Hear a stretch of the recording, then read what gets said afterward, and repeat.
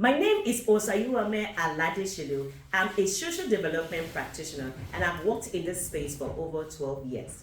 Today, the idea I'll be sharing is the flip side of vulnerability for personal protection. The insight I want to give during this talk is on personal protection model.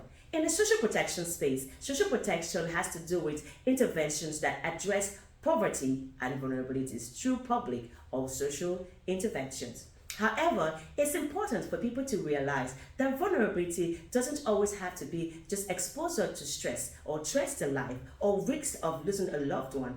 But vulnerability in this context that I'm going to be speaking about today is if you have a job that can easily be replaced by a tech solution or an equipment. In our local parlance, I would like to say, let me shock you. If you are in this situation, in the global current situation, you are vulnerable.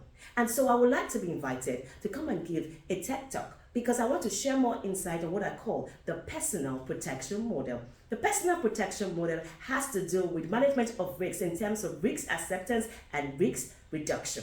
The risk acceptance is for you to understand that you're at risk of losing your job and becoming vulnerable if your job can be replaced by a tech solution or an equipment. The COVID-19 pandemic has revealed to us that people become vulnerable by the minute in terms of losing their job by being replaced by either a tech solution or equipment. So it's important that we reduce the number of persons that fall into the vulnerable net and make sure that people are able to lead better lives. Risk reduction is what I call the personal protection model, which I will be sharing on. And how to do this is to ensure that you update your knowledge, you use the knowledge, you own the knowledge, you create a safe space, and you dominate the space.